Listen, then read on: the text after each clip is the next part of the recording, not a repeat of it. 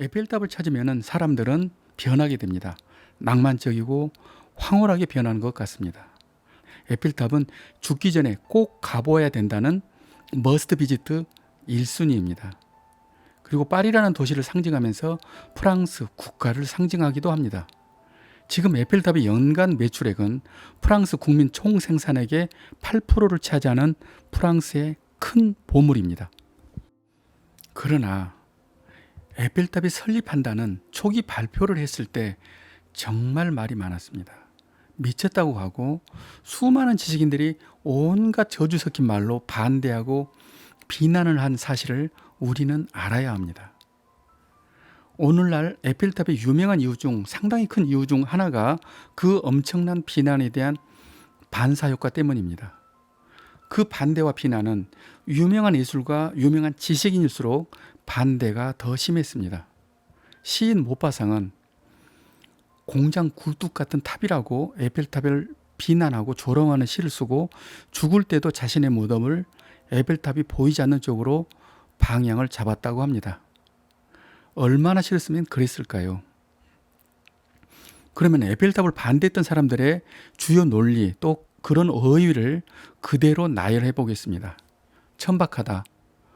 전통적인 미적 기준을 벗어난다. 이것은 예술도 아니고 쓸데없는 돈 낭비다. 볼트로 조인 창백한 금속 기둥 또는 진정으로 비극적인 가로등, 불시착한 우주선 같은 흉측한 몰골, 찌땀한 공장 굴뚝, 심지어는 구멍으로 가득 찬 좌약이라고까지 비난합니다. 그리고 일간지 르땅에는 46인의 예술인과 지식인들이 모여서 에펠탑을 반대하는 성명을 발표하기까지 합니다. 그런데 반전이 생깁니다. 착공을 하고 에펠탑 유형이 점점 드러나는 과정에서 파리 시민들의 생각이 점점 바뀌게 됩니다. 그리고 준공 후 파리 엑스포에서 에펠탑 방문객이 200만 명이 넘는 대성공을 하게 됩니다. 이제부터 모든 비판은 서서히 찬사로 바뀌게 됩니다. 이때 에펠탑 효과라는 말이 처음 생깁니다. 이 말의 의미는 처음에는 싫어하거나 관심이 없었지만은 자주 보면서 호감이 생기고 거부감도 사라지는 현상을 말합니다. 이런 현상을 노리는 것이 바로 PPL 광고입니다. TV나 영화 등에서 자연스럽게 제품을 등장하게 해서 인지도를 높이는 전략이 바로 에펠탑 효과를 노린 PPL 홍보 전략입니다. 사람들이 연애를 할 때도 에펠탑 효과는 중요하게 작용합니다. 아무리 잘생긴 남자라도 갑자기 나타난 사람들보다는 못생겼어도 자주 눈에 띄거나 자주 마주친 사람에게 여자는 친숙함을 느끼고 호감을 갖는다고 합니다. 그래서 저 같은 사람도 용기를 가지고 산 것 같습니다. 한마디로 처음에는 마음에 안 들어도 자주 보면 정들면 좋아지는 효과가 바로 에펠탑 효과입니다. 어떤 사람은 와이프를 많이 보면서 에펠탑 효과가 확실히 있는 것 같다라고 했다고 합니다. 그 남자분이 어떻게 됐는지는 저도 잘 모르겠습니다.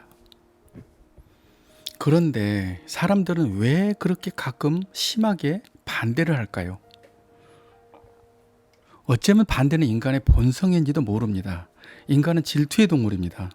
사람은 자기 영역에서 다른 사람들이 주도하여 어떤 일을 하는 것을 원하지 않습니다. 특히 가까운 사람이거나 자신과 같은 분야면 더 심하게 반대하고 미워합니다. 그래서 에펠탑을 반대하는 사람은 예술인과 지식인들이 더 많았나 봅니다.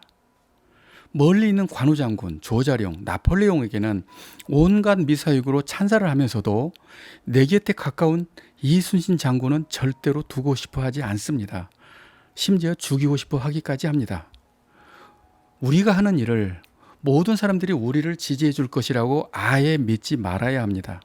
설령 그 일이 옳은 일이라도 그렇습니다. 여자분이 다이어트를 잘해서 5kg가 빠지면은 또 아름다워지면은 친구 5명을 잃는다는 말도 있습니다. 근거는 물론 없습니다. 그러나 그 심리는 이해가 됩니다. 바로 질투입니다.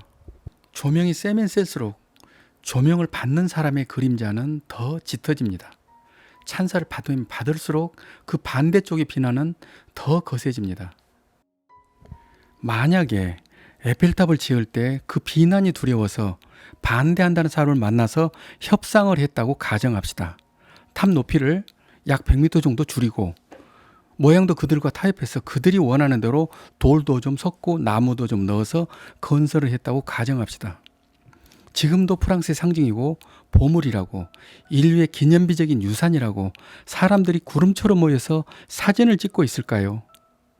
여기까지입니다. 예술 제국을 꿈꾸는 작가 이철이었습니다.